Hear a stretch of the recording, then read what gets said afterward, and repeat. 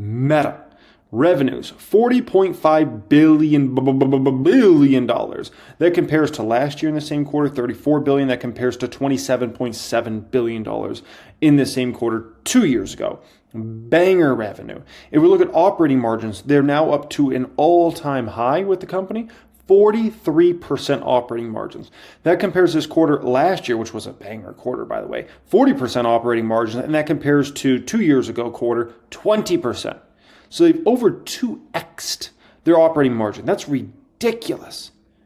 That's insane. That's a 2,300 basis point move in operating margin in 2 years. It's insane. It's insane. Now, if we look at expenses as a percent of revenue here, you're going to find that G&A dropped to 5%, so that's good. We're going to find marketing and sales dropped to 7% from 8%. That's good. When you got 19% revenue growth and your G&A and your marketing and sales dropped as a percent of revenue, you're doing pretty well for yourself. Research and development, that's the one area that they seem to be, spending very aggressively on. That moved up to 28% of revenue from 27%. And then if we look at cost of revenue, that was 18%, basically the same as last year, okay? Net income for the company went to $15.6 billion from $11.5 billion. That's incredible. $4 billion plus more on that bottom line on just a year-over-year basis. I mean, how many companies even make $4 billion in net income in an entire year, right? And they just increased $4 billion on a year-over-year basis on a one quarter. That's this is insane, okay? Just absolutely special company here.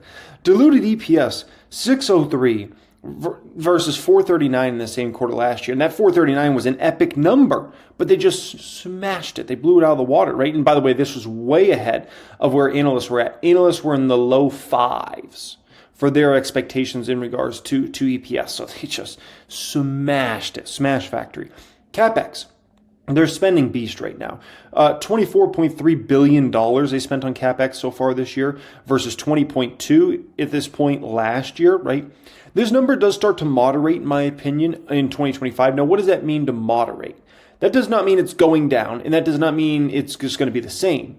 It just means the increase in regards to CapEx in 25 versus 24 is going to be, let's call it smaller relative compared to, maybe like the 23 to 24 number. So that's something important to keep in mind there. They're still going to spend more, in my opinion, on CapEx next year than they did this year. So do keep that in mind, but it's not going to be like a crazy percentage gain. Family daily active people, so this is somebody using at least one of their properties on a daily basis, right? 3.29 billion people versus 3.14 billion people. Like some point in time, they're going to run out of people. Like that's just insane, right? Now, as far as ad impressions versus ad price per ad year-over-year percentage change, it's important to understand Meta's getting a lot of their lift in regards to how much they're charging per ad shown, more so than the impressions, okay? So the moral of the story is, because they can make money two ways. They can show you a lot more ads when you use Facebook, Instagram, different ways through WhatsApp, things like that, right? Or they can just charge more for their advertisers. And at the end of the day, you get the most bang for your buck advertising on Facebook and Instagram if you're a business, right? So you got to pay up. It's either pay up or go get worse results somewhere else. It's up to you what you want to do, right? So that is very important in regards to that. As far as free cash flow goes, incredible. $15.5 billion in free cash flow. That compares with $13.6 billion in the same quarter last year. And remember, that quarter last year was a banger of a quarter. And they still smashed it. And this is despite them spending way more on property and equipment, right? Think of it as a lot of NVIDIA chips. $8.2 billion versus $6.4. And then this is an interesting one. Principal payments on finance leases. It was only $267 million in this quarter last year versus almost $1 billion in this quarter they just put up. And yet they still increased free cash flow to $15.5 billion versus $13.6. That's incredible, right? Now, if we look at the income statement overall, this is a masterpiece. This is an A+. If you want to put something, if you want to hang something on your wall that says this is a perfect income statement, here you go, okay? Revenue, 19% up year over year. Cost of revenue was kept in line. Research and development, they're definitely spending aggressive there. So if you want to find anything bad, you can say R&D, but at the end of the day, R&D is your future as a tech company, so you kind of got to spend, right? Marketing and sales, they actually brought that down year over year. How do you grow revenue 19% and you bring your marketing and sales down? That's special. How many companies can do that? They also brought their G&A down. How many companies can grow revenue 19% on a year-over-year basis? Make an extra $6 billion plus of revenue, and you brought your G&A down on a year-over-year basis? Special. So their total costs and expenses were kept in check. It was only up a little less than $3 billion year over year, but meanwhile, revenue is up over $6 billion, which means your income from operations is going to explode higher. And that's exactly what we see play out here. Income from operations, $17.3 billion versus $13.7. That's up 26% roughly year over year. Net income was up around 35% year over year, $15.6 billion, right? Versus 11.5. And then diluted EPS around 37% gain there, 603 versus 439. That's what you want to see. You want to see income from operations outstripping revenue. You want to see net income outstripping income from operations, and you want to see diluted EPS outstripping net income. Special, man. I mean, like I said, you want to print something out and put it up in your bedroom of what a perfect income statement looks like. That's an A+, folks. That's why that's the biggest position I hold in the public account. Hey, it's Jeremy. I hope you really enjoyed watching that clip here today. What you're looking at in front of you right there, that's 1000xstocks.com. That's my advanced software that I've been working in the background creating for a long time. This software is so much more advanced than what others are presenting out there in the market. And as somebody that's been in the market 15 years, I want to create something that was simple, that had exactly everything I needed to make my judgments on companies, such as forward P ratios, 2-year out forward P ratios, price to sales ratios, forward price to sales ratios. I wanted the ability to be able to compare different companies versus each other. I wanted to be able to compare a Meta versus a Google versus an Apple and be able to see all those different metrics laid out all next to each other. I wanted a service that I could listen to conference calls right through and even be able to toggle and adjust the speed I wanted to listen to those conference calls. I wanted a service that I could search SEC filings right through. I wanted the ability to do that all in one service, and that is exactly what I've created with 1000xstocks.com. If you want to apply for access to this, go to the description area of this video. You can click that link and go ahead and apply for access to this. If you don't want to do that, you can go to 1000xstocks.com. Enjoy. Look at the balance sheet. $43.8 billion in cash and cash equivalents versus $41.8 at the end of 2023. $27 billion in marketable securities versus $23.5 going into this year, right? Total stockholder equity, $164 billion versus $153 billion going into this year. So balance sheet's all moving in the right direction as well. And they buy back shares, right? So where's the stock price going now? I'll tell you where it's going. If sellers don't step up in a major way in the morning tomorrow, the stock's going to end the week at 600 plus. This week, the sellers, if there's going to be a bunch of people that sell their stock, they're going to have to do it at that open, that first hour or two. If I'm telling you, if there's not enough selling pressure on this stock, Wall Street wants to own this stock, okay? They're going to wait to see kind of where the dust settles that first hour or two of trading tomorrow. If there's not much selling pressure, get ready because the buyers are coming. They're going to be coming. Okay, I'm not going to take that any further where I was going to take that, okay? But the moral of the story is the buyers are coming in the stock if those sellers don't step up in a major way. Now, if the stock actually sells off 6, 8, 10%, something like that, right? And there's a lot of selling pressure in the first couple hours, like those losses will probably hold and will stay under 600 for maybe the next few weeks or something like that, right? But yeah, if this is only a down 2-3% dealio in that first couple hours, woo, get ready. Wall Street in that afternoon, a trade they're going to go flying. And so next thing you know, the stock will end up ending the week 600 plus. The market maker also doesn't want this stock going too high because a lot of people are buying calls on this one, expecting it to kind of boom to maybe 625, 640, somewhere around there after these earnings came out, right?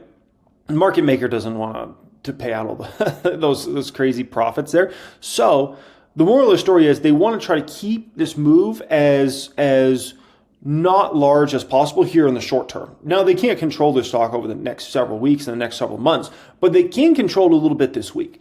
So my thought is no big selling pressure in the morning. We're gonna come back strong. This will end the week 600 plus. I still think the stock probably goes 700 plus by the end of the year. That's always been my thought process with this stock this entire year, is we end 700 plus.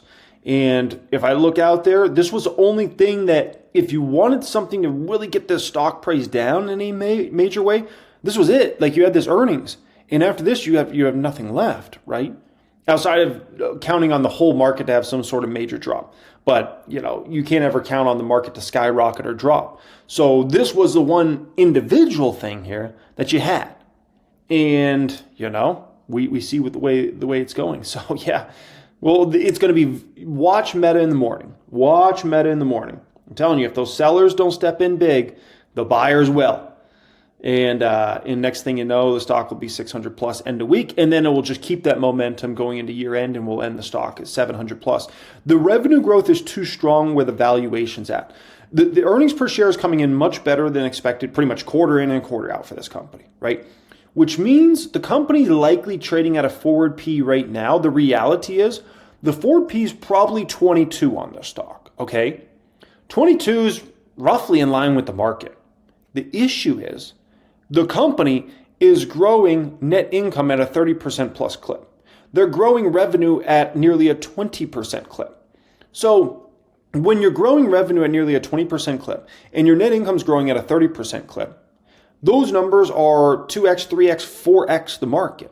And your forward P is roughly in line with the market. Something has to give here. This is why Meta will go to $1,000+. Yes, $1,000+. And that will happen in not too distant in the future. So, I'm a very happy Meta shareholder, and there's going to be a lot more money to be made in regards to this one. And I feel definitely some weight lifted off my shoulders, because it's always scary. You go in with $1 million in a stock on an earnings, whew, it's pressure felt. Like, dang, man, what happens if the numbers are bad somehow? Something happens I didn't see? Well, they came through, baby. Hey, it's Jeremy. I hope you really enjoyed watching that clip here today. What you're looking at in front of you right there, that's 1000xstocks.com. That's my advanced software that I've been working in the background creating for a long time. This software is so much more advanced than what others are presenting out there in the market. And as somebody that's been in the market 15 years, I want to create something that was simple, that had exactly everything I needed to make my judgments on companies, such as forward P ratios, 2-year out forward P ratios, price to sales ratios, forward price to sales ratios. I wanted the ability to be able to compare different companies versus each other. I wanted to be able to compare a Meta versus a Google versus an Apple and be able to see all those different metrics laid out all next to each other. I wanted a service that I could listen to conference calls right through and even be able to toggle and adjust the speed I wanted to listen to those conference calls. I wanted a service that I could search SEC filings right through. I wanted the ability to do that all in one service, and that is exactly what I've created with 1000xstocks.com. If you want to apply for access to this, go to the description area of this video. You can click that link and go ahead and apply for access to this. If you don't want to do that, you can go to 1000xstocks.com. Enjoy. All right, let's react to some video. FRA Research Chief Investment Strategist. Sam, you've been looking at sort of earnings expectations for the quarter. You quote Yogi Berra, it ain't over till it's over. What is your thought about the current season? Well, Carl, good point about Yogi, because we started the quarter, S&P Capital IQ consensus estimates were looking for about a 3.2% rise that then dropped to about 2%. But here we are now looking for a greater than 4% increase. And with such a very large number of companies reporting this week, I obviously would not be surprised if this ends up being the 60th out of the last 62 quarters in which the actual results exceed end of quarter estimates. Do you think? So, and this is a setup. This is a crazy setup for this market that I don't think, once again, not a lot of people are expecting. I did a video on the main channel. I hate to keep shouting out the main channel, but I did a video on the main channel, I think it was 2 weeks ago. And it said, something like, prepare for stock market craziness. I don't know what it was called, okay? I do a lot of videos. But the moral of the story is, in that video, I went into detail on this kind of like super cycle for stocks that I don't think a lot of people are even factoring in, right? And of course, I don't place any short-term bets on this, so if it doesn't happen, I don't care. But I ran people through, like, if earnings come out and they're a banger, Trump wins the election, right? I think you're going to see a lot of sideline money come into this market. Because if all of a sudden you have all these big tech companies come in and report banger numbers, plus a banger guide, you have Trump win the election, so there's excitement around that, right? And then, it's hard for me to imagine like a lot of the sideline money is not going to come into the market, and all of a sudden you have a super cycle for stocks. And what will happen is big tech will get extended even further, so then people will be like, I don't really want to be in the big tech, so what are they going to look for? They're going to look for Russell 2000. They're going to look for small caps. And then, additionally, I think you have a lot of these fund managers significantly underperform the market. Whenever you have the market do very, very well, especially on a year where people didn't go into that year super bullish, right, which was this year, you have a massive amount of fund managers that underperform the market. If you have banger tech earnings, Trump wins the election, and suddenly you're in a situation where people are like, crap, I gotta catch back up to S&P 500. Where are they going to pile into? They're going to pile into big tech, but additionally, they're probably going to say, I need to even get into some small caps because I got to get some sort of alpha here. I got to get the Russell 2000, right? And so, and additionally, I think if Trump wins specifically, I think that's the biggest. I think that's like the biggest stocks I think will benefit in that short-term time period of like the excitement phase, right? Is the Russell 2000 stocks. Russell 2000 stocks did very well under Trump's presidency from the time he got in office, essentially, until Rona, right? And then after that, those stocks obviously had a lot of trouble once Rona hit. And so, that's a potential that could play out here. And I think people just have to factor that in, because I think there's going to be a lot of euphoria in the market. If you want to talk about getting into a euphoria market, that's euphoria market. You got to understand a euphoric market is not just, stocks are going up. It's like stocks are going up so rapidly and everybody feels like they have to pile in, and it's like, oh my gosh, like, and people are only seeing the positive, right? And they're like, whatever we were talking about in 23 and 24 about recession, about Fed, about blah, blah, no. And additionally, you have the boogeyman's out of the way. The boogeyman's out of the way completely now, and that's inflation. It's so far out of the way, it's not even funny. We could be talking about CPI that's going to go into 2% here in the next few months. That boogeyman is gone, which takes the Fed's boogeyman out of the picture for at least the next 6 to 9 months. So that's what I talk about when I talk about this potential like super cycle for stocks and this absolute wildness that could be in the market for the next bit of time. We'll see how it all plays out, but it's a potential. I think there's going to be pent-up relief post-election once we do get these results. Well, historically, that is the case, that going back to 1992, which is as far back as S&P has sector-level data, all sizes, styles, sectors posted advances along with 97% of the sub-industries. So historically, the market does breathe a sigh of relief. And also, I think that history is going to be tweaked a bit this time around. Normally, the market, if it rises from July 31 through October 31, the incumbent person or party has been reelected except for 2 times. One of them was in 1968 when LBJ stepped down, Hubert Humphrey ran for president. We had the war in Vietnam as a very unpopular situation. This time around, we've got inflation and immigration. We had a Fed lowering interest rates back in 68 that did not help the incumbent. And anecdotally, we also had conventions in Chicago.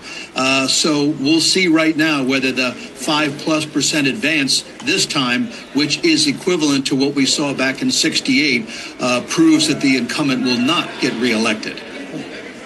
So, Sam, you're also looking at rates, and you think the Fed is going to be slower to lower, just 2 25 basis point cuts this year? Good morning, Deirdre. Yes, we think that the Fed will be taking a moderate approach. The feeling is there's no reason to rush into this, especially when GDP is expected to be up 2.8% this year, 2.4% next year. We're not going to see that 2% threshold on core CPI until 2026. So I think the Fed wants to maintain its lower trajectory, but will do so at a measured pace in case we do see inflation pick up once again.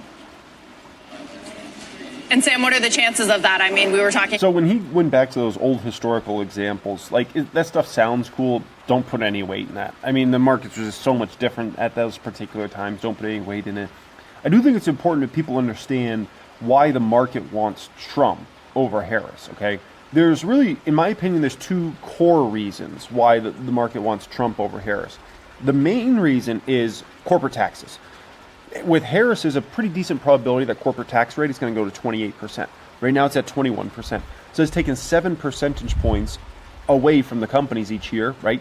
That they could go buy back shares, do dividends, invest in their businesses, whatever, buy out other companies, and gives it to the government. Obviously, the market doesn't like that, right? And so basically you say, if that were to happen, you got to take 7 percentage points at least off of the S&P 500 immediately, okay? Now, additionally, the other reason I believe the market really wants Trump, the other big reason is he's going to put pressure on the Federal Reserve to lower interest rates. I know Trump, like he did it in his first term. The Fed tried to go up in rates. He made a big thing. Like usually presidents don't really comment on what the Fed should do. He does. And so if Harris gets elected, she's not likely going to make many comments about what the Fed should be doing. If Trump gets elected and there's any weakness in the market, there's any weakness in the economy, anything, he's going to put crazy pressure on the Fed. He's going to be making public statements about the Fed needs to lower, what are they doing? And it's going to be like a public outcry, essentially, okay? And so those are two main reasons. There's other reasons outside of those, but I'm just telling you, like, those are the two main reasons Wall Street's looking at and why they really want him. About this earlier, given the election's just 8 days away now, and both candidates have policies that would and could restart inflation. Are you comfortable saying that you don't think it's going to reaccelerate? I think that we're not going to likely to see it reaccelerate. Maybe it could end up stalling a bit at these upper levels. But I also think that a lot of what the candidates are saying are really just to get the voters interested. Sure. Whether they are able to follow through with that is another very big question. Also, if we end up with a split Congress, I think that much of what the two candidates have been promising is not something that will be fulfilled. Yeah, we're trying to build in all those scenarios. Sam, just 8 days away from that election. Good to see you. Talk soon. Sam Stovall today. I can't wait. That's always an entertaining day, right?